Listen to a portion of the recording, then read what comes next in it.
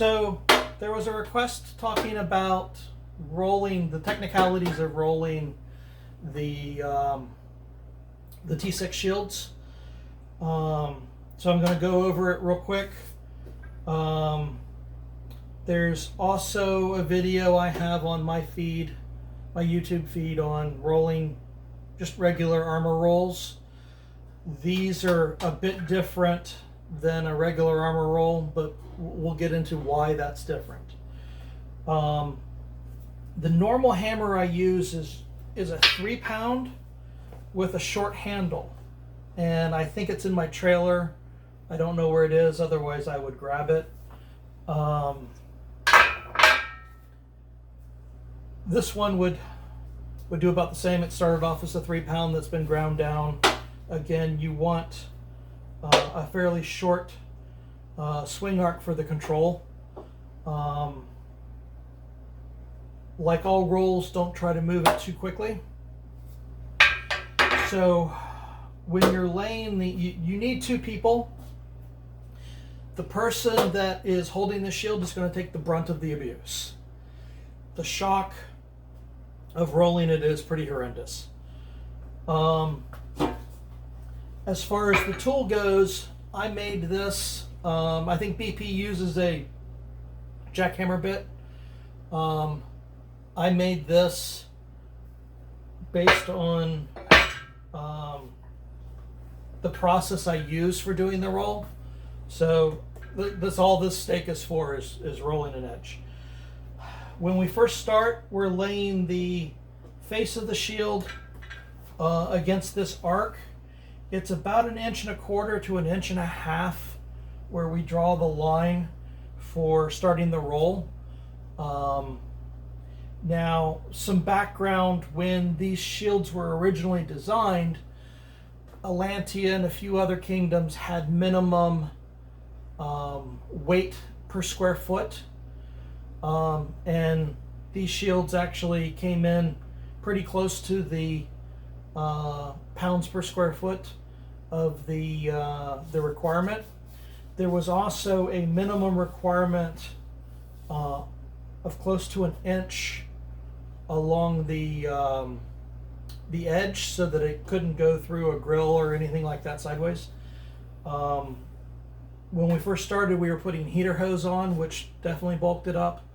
Most of mine are covered in leather. So some of the newer ones, a little under that inch mark. Again, the inch is no longer a requirement. A lot of the shields now are just using door protectors along the edge. A lot of those are T7s. The T7 is a lot more brittle than the T6. If you've got a T7 shield, don't try to roll it, because 2 or 3 hammer strokes and it's going to break a chunk off the corner. Ask me how I know. We've done it. The T6 has a little bit of flexibility to it, but it's still rock strong. I've seen a car run over one of our shields and the shield didn't notice it. So you start off, you're laying it on and you start hammering. You're only going to bring it about 20 degrees. And I go back and forth in a small, like 6-inch section to get it about halfway there, and then I move on down another 6-inch, another 6-inch, go all the way down, and then come back to get that initial 20.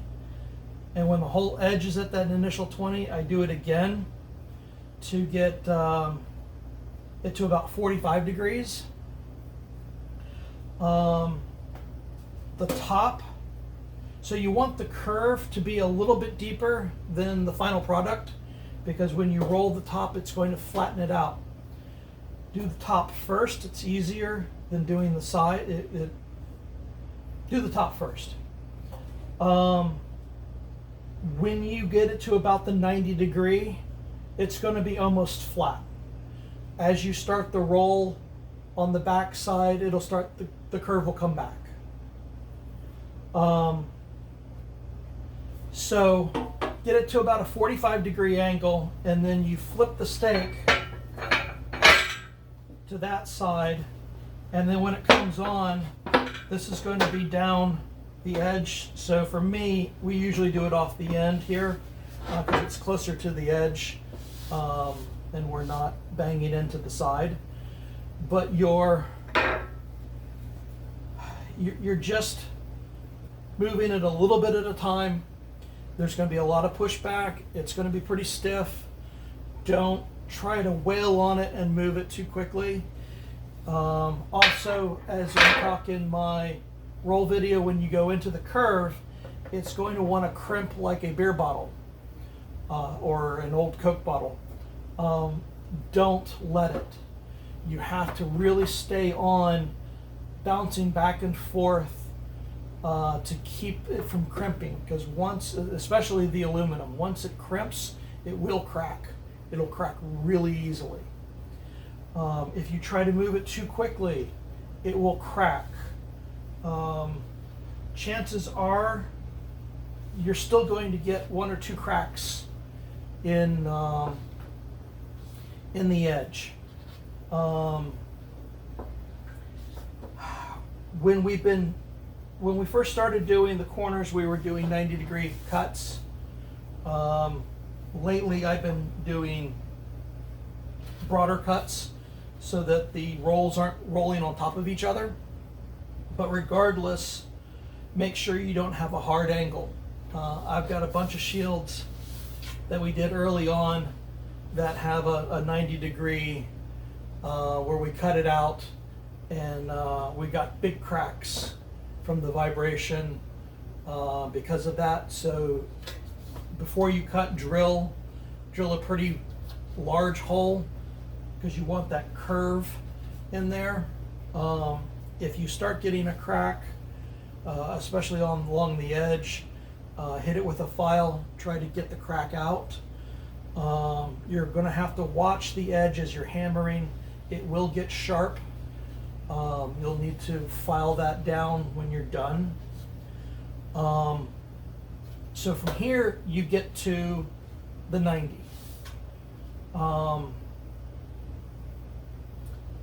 Like every roll, when you hit 90, it doesn't want to move very easily after that.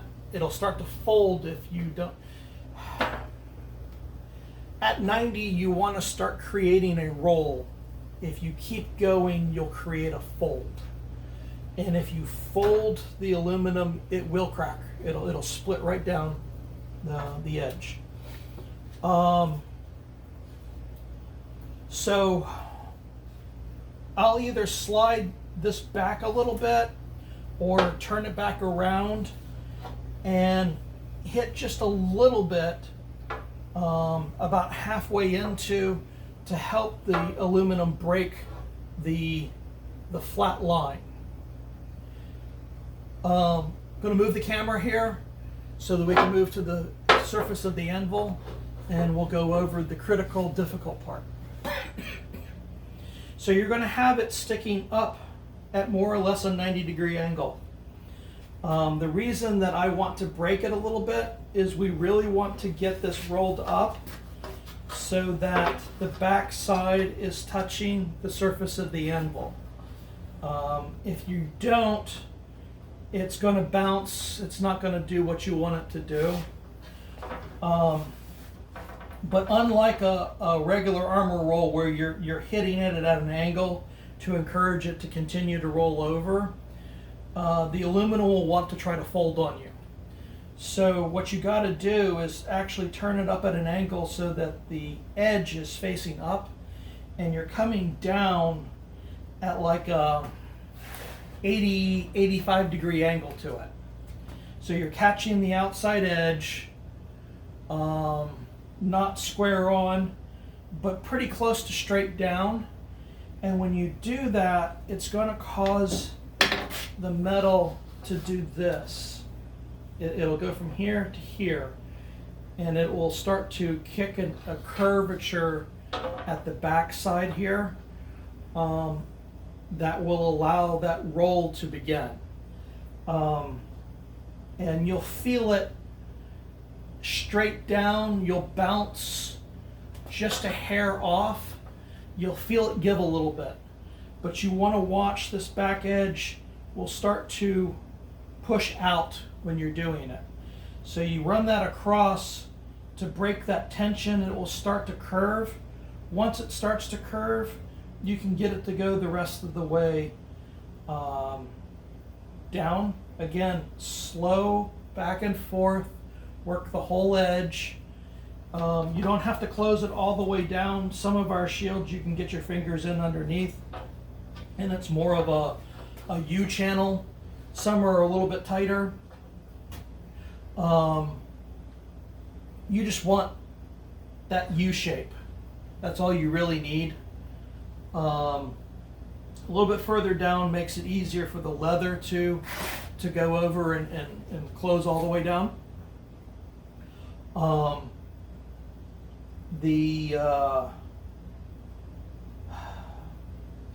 If you start getting cracking, try to work away from it and not work where the crack is. Only do that as much as you need to.